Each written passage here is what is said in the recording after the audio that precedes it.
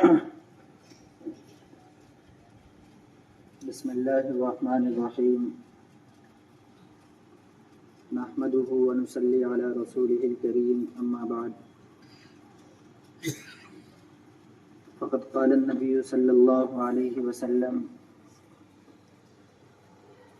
طلب العلم فریضۃ علی کل مسلم او کما قال علیہ الصلاۃ والسلام۔ قابل قدر اساتذہ اکرام، مہمانان اعظام اور عزیز طلباء، اللہ تعالیٰ نے اس دنیا کے اندر بے شمار مخلوقات کو پیدا کیا ہے،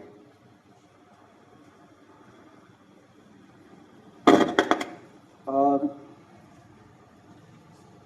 ان تمام مخلوقات کے اندر سب سے افضل اگر کسی مخلوق کو بنایا ہے تو وہ انسان کو بنایا ہے۔ تو خلاصہ یہ ہوا کہ انسان اشرف المخلوقات ہے۔ لیکن کیا کبھی ہم نے اس بارے میں سوچا کہ کیا وجہ ہے کہ انسان فرشتوں سے زیادہ افضل ہو گیا؟ کیا وجہ ہے کہ انسان کو اشرف المخلوقات کا ٹائٹل مل گیا؟ کبھی اس بارے میں ہم نے سوچا؟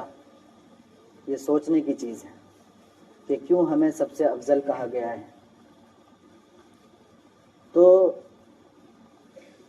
اس سوال کا جواب یہ ہے کہ علم ایک ایسی چیز ہے جس نے انسان کو دوسری مخلوق سے افضل بنا دیا۔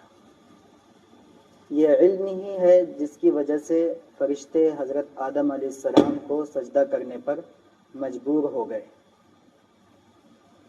اللہ تعالیٰ فرماتے ہیں قرآن کریم میں، قُلْ هَلْ يَسْتَوِي الَّذِينَ يَعْلَمُونَ وَالَّذِينَ لَا يَعْلَمُونَ، اے نبی ذرا کہو ان سے، کیا برابر ہو سکتے ہیں وہ لوگ جو پڑھے لکھے ہیں، جو عالم ہیں، جو جاننے والے ہیں، اور وہ لوگ جو نہیں جانتے؟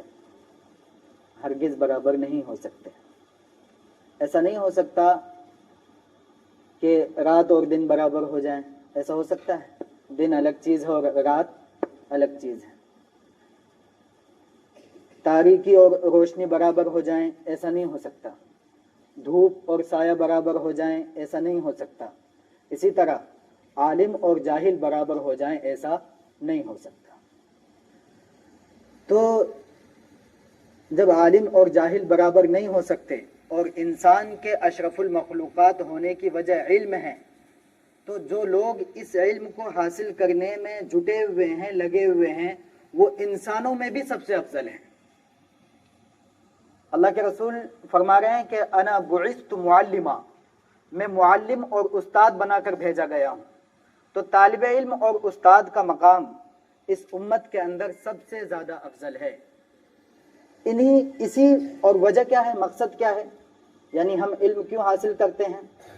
علم حاصل کرنے کا مقصد ہمارے دین کو محفوظ رکھنا ہے، ہمارے دین کو محفوظ رکھنا ہے۔ اللہ کے رسول علیہ الصلاۃ والسلام نے جو دین امت کو دیا، جو پیغام اللہ رب العزت کا امت تک پہنچایا، اس پیغام کو محفوظ رکھنا اور اس کو دوسروں تک پہنچانا، یہ ہمارا مقصد ہے۔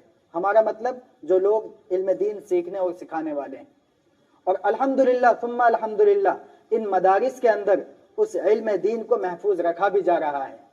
آپ کو حیرت ہوگی کہ جس طرح نبی علیہ الصلاۃ والسلام نے صحابہ اکرام کو حدیثیں پڑھائی تھی اور اپنی باتیں بتائی تھی، یہی طریقہ صحابہ نے بھی جاری رکھا۔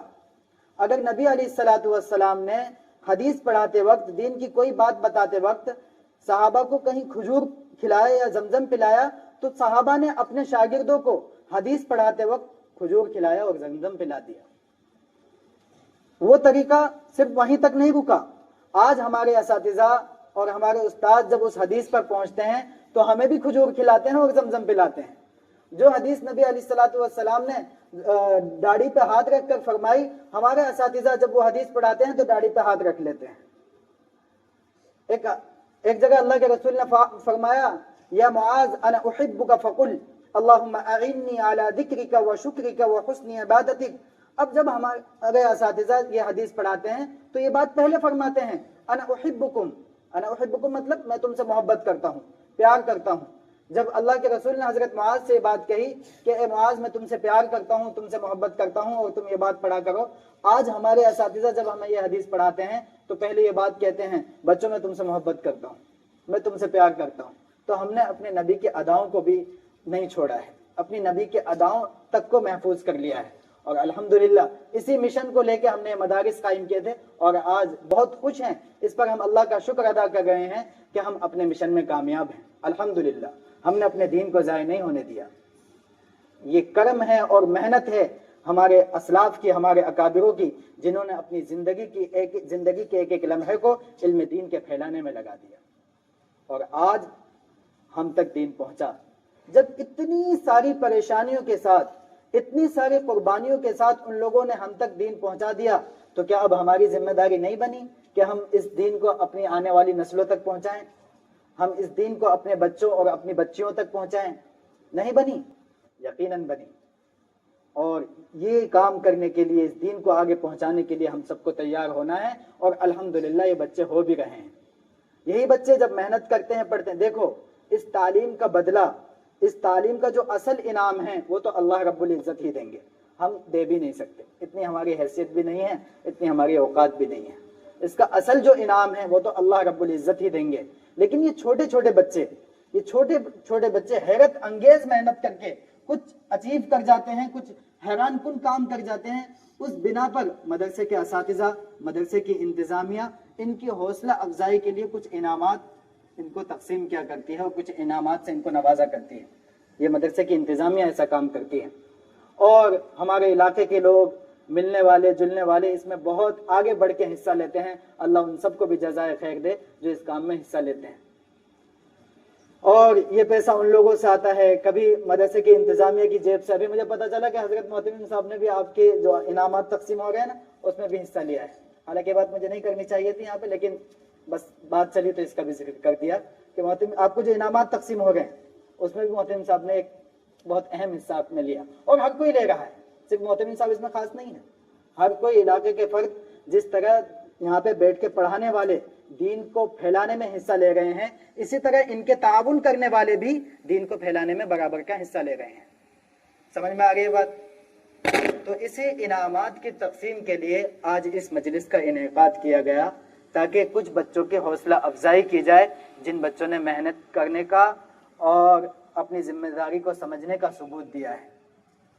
तो इसी के लिए आज ये छोटा सा प्रोग्राम हमारे जामिया में मुनाकिद किया गया।